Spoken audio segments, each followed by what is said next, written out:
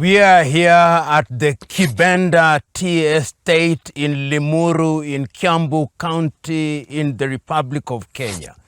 And today we are talking about the looting of African artifacts by Western powers. It was theft on an industrial scale. And one need only visit the museums in different parts of Europe to understand how extensive the looting was. It started in earnest, initially through the invasions. When the Portuguese came, they were not only taking human beings, but they were taking artifacts. And they took those artifacts from almost all their colonies. It is now recorded that although they have not admitted it, the Portuguese looted from Guinea-Bissau, they looted from Angola, they looted from Mozambique, and one need only visit several museums in Lisbon, in Portugal, to appreciate the extent of the looting. But the biggest of the looters were the British. The British started looting the artifacts of different African countries. They did so in Ghana. They went to the great Ashanti Kingdom and took some of their most important royal artifacts. And of course, they did not stop there. In the 1800s, when they invaded the Kingdom of Benin, they took the famous bronze busts of Benin, which are still to be found in the British museums. They did not stop there.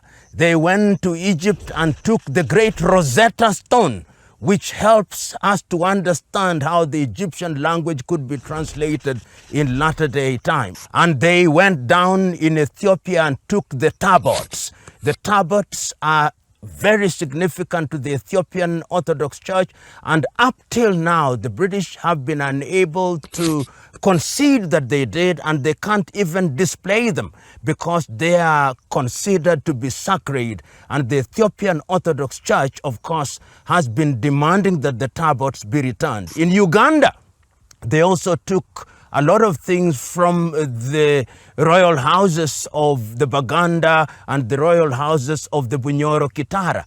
And they went to Nigeria and also took artifacts from different parts of that world. The British, of course, are admittedly the biggest holders of looted artifacts.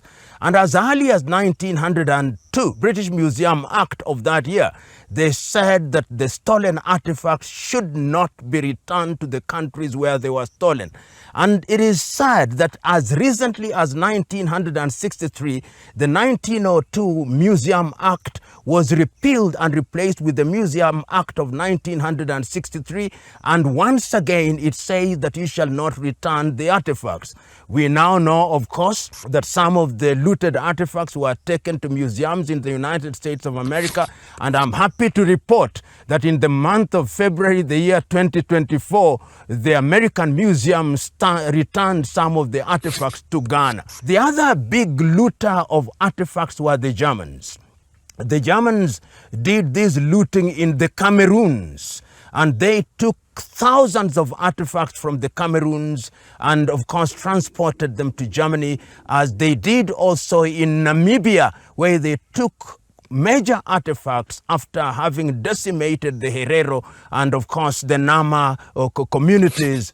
And it is instructive to note that in the month of May, the year 2022, they returned some of the artifacts to Namibia. The major looter that we also don't talk about are the French.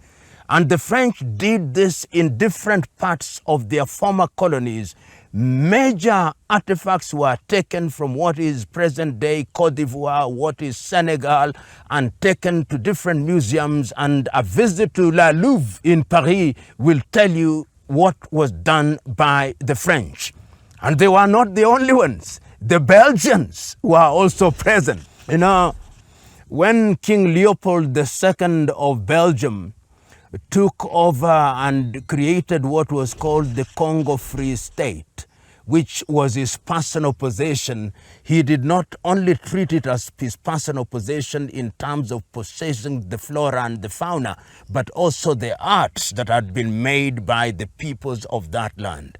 And we know that in many museums in Brussels, there are quite a number of artifacts which have been kept there and are being held by these governments of Europe. The question therefore is, why are artifacts so important to these countries and why were they looted? It is now known that is for economic reasons. The reason why the British cannot allow the artifacts that they stole to be taken back to the countries where they belong is because they are major attractions, and they are attractions that generate a lot of wealth to their institutions, and therefore they do not want to let them go. The argument that African countries are incapable of taking care of these artifacts, of course, is a lame one. It is not for the thief to tell the person from whom they stole how they are going to use their ware.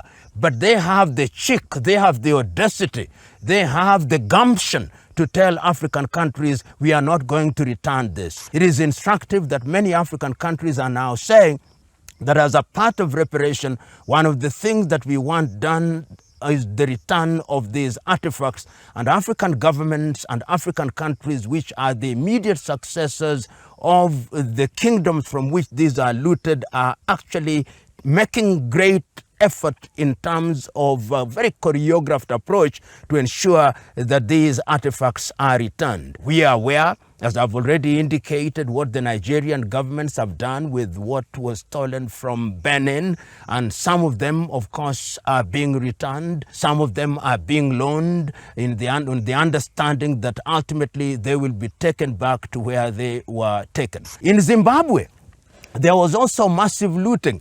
There is the famous thing called the Zimbabwean bird, which was taken by the British. And this bird is very significant to the Zimbabwean peoples, and it is one that is being detained, I think, in the British Museum, and one hopes that it will ultimately be returned. The other one that is important is, of course, there is a linkage between the economic value of the looted items and the touristic value. Many of these cities attract the visitors that they have essentially because they have these artifacts. And because they have these artifacts, the visitors that would have come, for example, to Egypt, do not visit Egypt because they go to the British Museum.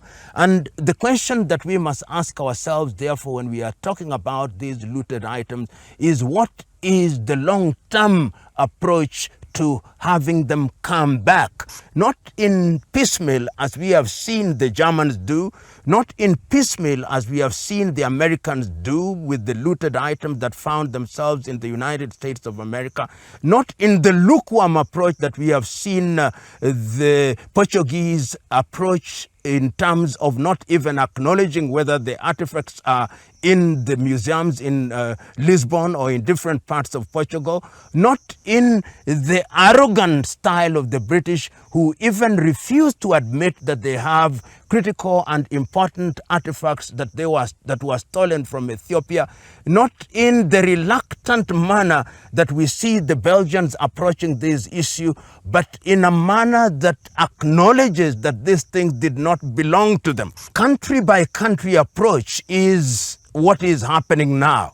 But those of us who believe that these were artifacts that belong to the continent of Africa hold the view that there should be an approach which is underwritten by organizations such as the United Nations and even the African Union, where demands are made that these artifacts be not only returned, but some value be attached to the period that they were displayed, whether it was in London or in Paris or Brussels or Berlin or Bonn or whichever of the museums, for purposes of ensuring that when the artifacts are brought back to the continent of Africa, we create an environment where they can be kept in a manner that will be preserved for posterity. For example, if you look at the items that were returned by the Americans to the Ashanti kingdom. And when Osei Tutu, who is the Ashanti hen, was receiving them, he said, "Our soul has returned. Our soul has been restored back to us." And these things are so significant. Artifacts are not only an outward image of what the people are, but is an expression of their creativity and innovation. It is in that regard that we must see the Benin bronze. When we come to the Rosetta Stone, which was stolen from Egypt, we want to understand as a people where civilization started, and we are saying that writing started with hieroglyphics, and the Rosetta Stone is what is going to open that door. Why do they still hold it? These are the arguments that we want put forth, so that when we are engaging the British Museum, we are telling them, you are not loaning us the Rosetta Stone, you are restoring to us that which you stole. And of course, when we come to the tablets, perhaps people do not know what the tablets are. The tablets are very significant to the Ethiopian Orthodox Church.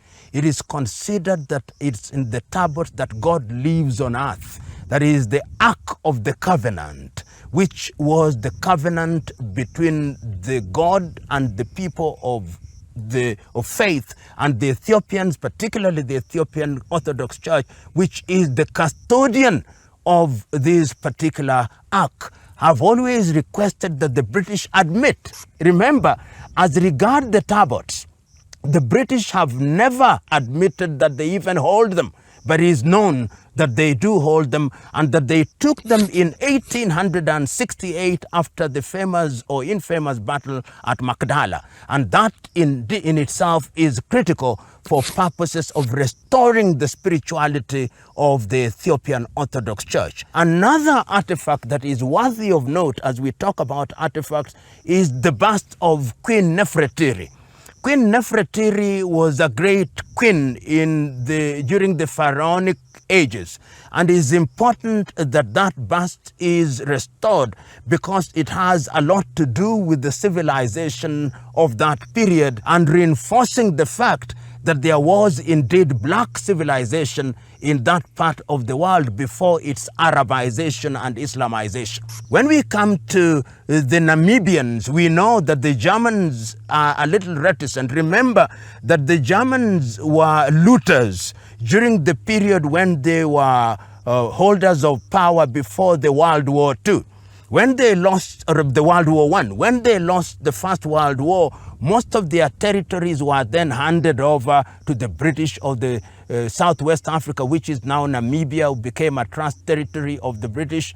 What is now Rwanda and Urundi was given to the Belgians. Of course, Cameroon was given to the French, and Dahomey, which is now Benin, was also given to the French. But they have admitted to their credit that they stole things, and as I've already indicated, in the month of May in the year 2022, they did surrender some of the items. But we know that what they stole is in the neighborhood of 40,000 artifacts. And these are estimates, so that if you are to calculate the value of the artifacts that were taken from different parts of the continent of Africa, some of them undocumented, it would be in trillions of United States dollars, which sometimes we are quick to use as a measure, but it would be in trillions. In a nutshell, a lot was stolen from the continent of Africa. It was stolen and is residing in museums across Europe, Western Europe, and the time is now that Western Europe must admit that we were thieves. And because we were thieves, we have repented and we are returning those items to their true owners. When they do that, then we can begin to relate with them from a position of genuine friendship. The subject of artifacts stolen from the continent of Africa is a huge subject. It cannot be covered in a small capsule. And the time will come when we will interrogate the subject in its full splendor, that the world may understand what pain was visited upon the continent. Goodbye. See you again.